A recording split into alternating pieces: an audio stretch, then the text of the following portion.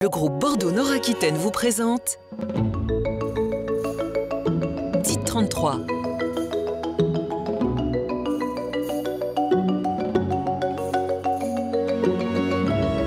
Dites 33. Dites 33. Bienvenue dans ce nouveau numéro de Dites 33 consacré aux soins de support. Qu'est-ce qu'un soin de support? Quels sont les différents soins de support existants? Eh bien c'est ce que je vous propose de découvrir tout de suite dans Dites 33. On va commencer cette émission consacrée aux soins de support avec vous, docteur Bureau. Déjà pour commencer, est-ce que vous pouvez nous expliquer ce que c'est qu'un soin de support? Alors la définition des soins de support, en fait, c'est l'ensemble des soins et traitements qui sont nécessaires aux personnes atteintes de cancer et qui sont autres que le traitement spécifique du cancer, de la maladie, tels que la chimiothérapie, radiothérapie ou chirurgie. C'est-à-dire, ça peut être quoi concrètement un soin de support? Par exemple, sur le versant médical, ça peut être tout ce qui est prise en charge de la douleur, prise en charge de l'anémie, prise en charge de la baisse des globules blancs entraînés par les traitements de type chimiothérapie, de troubles odontologiques, dont le trouble des dents. Et sur un versant paramédical, ça peut être tout ce qui est soutien psychothérapeutique pour la personne, pour son entourage, la présence d'une assistante sociale, un soutien nutritionnel avec une diététicienne, des massages, une mobilisation active grâce à la prise en charge par un kinésithérapeute. Vous voyez, c'est quelque chose de très vaste et de très large. Et en fonction de la personne, de son environnement, de l'impact de la maladie sur elle, on va un petit peu essayer justement d'adapter tous ces soins de support pour essayer d'obtenir une prise en charge globale et surtout essayer d'améliorer autant que faire se peut la qualité de vie de ces gens.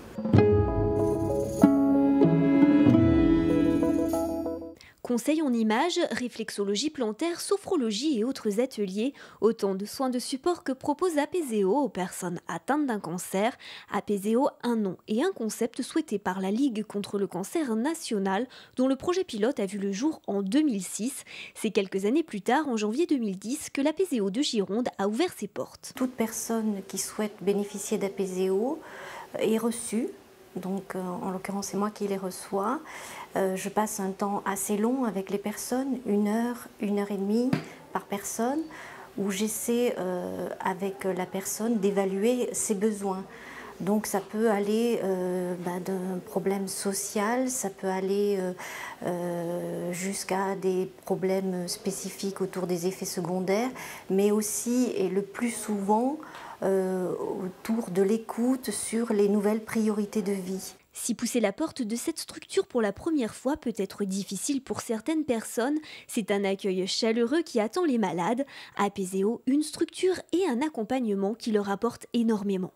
D'abord de rencontrer des personnes accompagnantes, tout à fait charmantes, sympathiques, qui expliquent bien, et puis de rencontrer d'autres femmes que moi. À Bergonié, j'en voyais, mais on ne se rencontrait pas trop. Et puis là, vraiment, dans la salle avec Guillaume, le professeur de sport adapté, c'était d'abord très joyeux, très dynamique, et puis on riait tout le temps. Et ça, pour moi, c'est le plus important. J'ai connu Apéseo par mon médecin traitant que je vois régulièrement. Donc j'avais peut-être besoin de parler, de rencontrer des personnes, de pousser une porte pour parler de ma maladie. Et puis oui, c'était un moment difficile lorsque j'ai appris cette maladie. Alors je suis allée voir mon médecin traitant à qui je parle bien aussi et qui me comprend. Donc il m'a dit oui, faites autre chose, pas seulement, ne restez pas seulement chez vous, simplement à penser à votre maladie, mais faites quelque chose d'autre. Vous pouvez marcher, vous pouvez continuer à vivre normalement. Il a insisté sur ce fait de vivre normalement, mais en plus essayer de faire de la relaxation dans un cadre agréable. Et donc je vous propose d'aller à Apéseo et là on vous ouvrira la porte avec le sourire. Vous serez la bienvenue et vous pourrez vous décontracter, faire un peu de sport. voilà, et oublier les moments difficiles de votre maladie. Et pour les malades en cours de traitement qui ne peuvent se déplacer hors de leur domicile, la Ligue contre le cancer a créé Dom Apéseo, un moyen de se reconstruire et de recouvrer un peu de bien-être à domicile.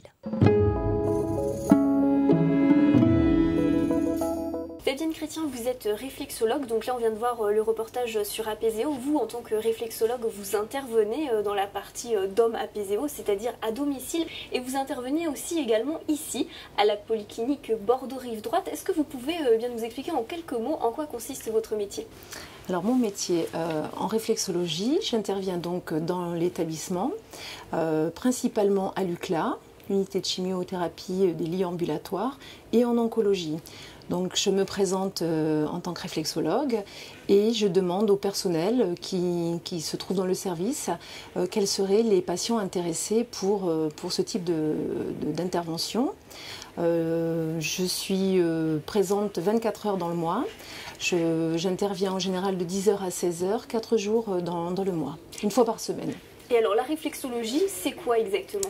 Alors c'est une technique précise de digitopression qui considère le corps comme une représentation fidèle, le pied comme une représentation fidèle du corps humain, avec les glandes et les organes. C'est-à-dire que vous avez le corps qui est dessiné sur la voûte plantaire. Voilà. Et alors il y a plein de bénéfices à travailler entre guillemets. Ah oui, oui, il y a plein de bénéfices. Alors en l'occurrence, principalement le stress, la tension, la douleur aussi, c'est assez intéressant de travailler. Le système, la circulation sanguine aussi, d'avoir des patients qui sont souvent couchés, donc la circulation sanguine.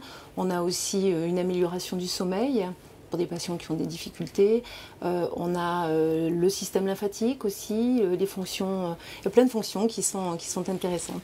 Est-ce que vous pouvez nous expliquer comment est né ce service entre guillemets que vous offrez aux patients ici et à combien de temps est-ce que ça remonte ? Alors, cela fait, j'ai commencé il y a un an, un peu plus d'un an maintenant, et j'étais en formation donc à Bordeaux en réflexologie. C'est une formation qui a duré un an, et au cours de cette formation, on m'a demandé d'avoir un quota d'heures à réaliser où il fallait que je m'entraîne. Et comme je travaille en chirurgie, je suis aide-soignante en chirurgie, je me suis entraînée sur des cobayes. Donc j'utilisais les patients qui étaient dans le service, je leur demandais s'ils voulaient bien me servir de cobaye, et réalisant à l'issue de cette formation que c'était un tel bénéfice pour les patients, j'ai demandé à ma direction s'il était possible de mettre en place ce type de service au sein de notre structure. Et donc ça s'est fait tout doucement, mais assez rapidement finalement, où on a décidé de l'endroit où je pouvais intervenir, de quelle façon, à quel moment. Donc tout ça se fait progressivement.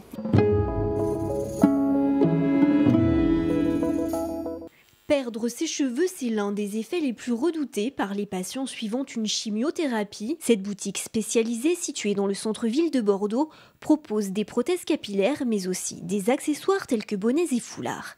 Ici, les clients sont conseillés dans le choix de la prothèse capillaire, tant au niveau de la coupe que de la couleur. Une fois le choix effectué, on leur apprend également à mettre la prothèse. Pas si simple de s'approprier une chevelure qui n'est pas la sienne. Disons qu'elles viennent plutôt à reculons. Mais d'un autre côté, quelquefois au premier rendez-vous, au premier essayage, elles repartent, elles ne peuvent pas. Et puis après, elles reviennent. Certaines, pas du tout. Elles sont déterminées, elles vont perdre leurs cheveux. C'est vrai que ça fait beaucoup d'apprendre qu'on a un cancer, qu'on va perdre les cheveux. Elles viennent un peu... Enfin, c'est un peu lourd, quoi. Mais petit à petit, en leur montrant des modèles, en faisant des essayages, même si au départ, elles n'en veulent pas, elles commencent à se rassurer et se dire finalement, c'est pas si vilain que ça, c'est pas si moche que ça. D'où l'intérêt de leur passer une prothèse, la première, qui va pas leur faire peur. En repartant, certaines, elles sont mieux. C'est un souci de moins pour elles. À l'étage, au-dessus de la boutique, se trouve un institut capillaire ouvert à toute personne ayant perdu ses cheveux. Des soins particuliers sont proposés aux personnes ayant suivi des chimiothérapies ou radiothérapies. On ne travaille pas avec des huiles essentielles par contre. On va travailler avec une émulsion d'huile végétale. On va masser le cuir chevelu. Ensuite, on va faire un enveloppement d'algues et d'argile qui est très très riche en oligo-éléments. Cette argile a pour but de réoxygéner le cuir chevelu.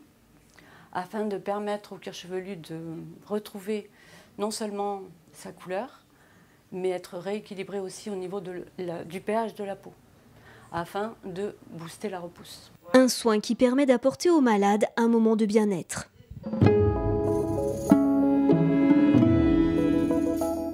On va terminer cette émission en parlant du 3C. Déjà, est-ce que vous pouvez nous expliquer ce que c'est ?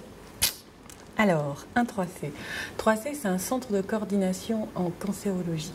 C'est, on dit, une cellule qualité opérationnelle. Donc, ce sont des grands mots pour expliquer en fait que ce sont tout un groupe, toute une équipe qui sont là pour accompagner les soignants dans la prise en charge du patient et de coordonner les soins, les différentes étapes de la prise en charge d'une personne atteinte d'un cancer. Les principales missions d'un 3C, par exemple, c'est l'organisation du dispositif d'annonce, avec la mise en place et l'organisation d'un temps d'annonce médicale dédié, une reformulation derrière par une infirmière d'annonce, avec une notion d'anticipation sur les besoins éventuels des patients, sur la suite de leur prise en charge thérapeutique, et donc une ouverture justement sur les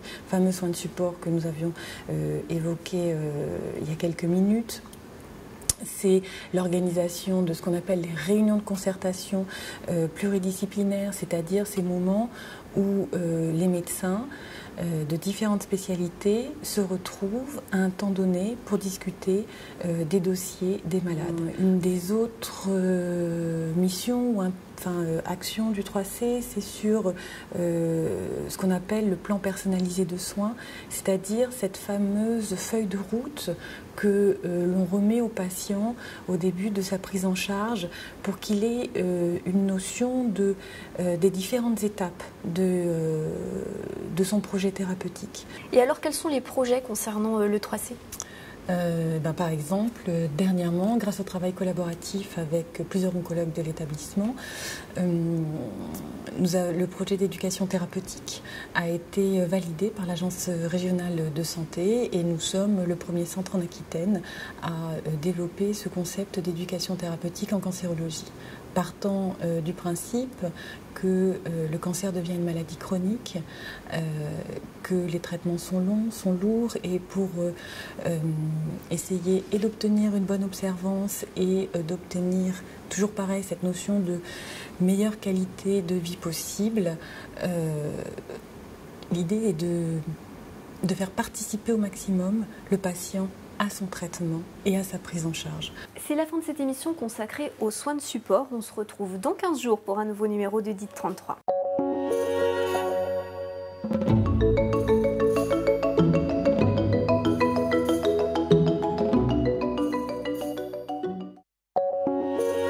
DIT 33 avec le groupe Bordeaux Nord-Aquitaine.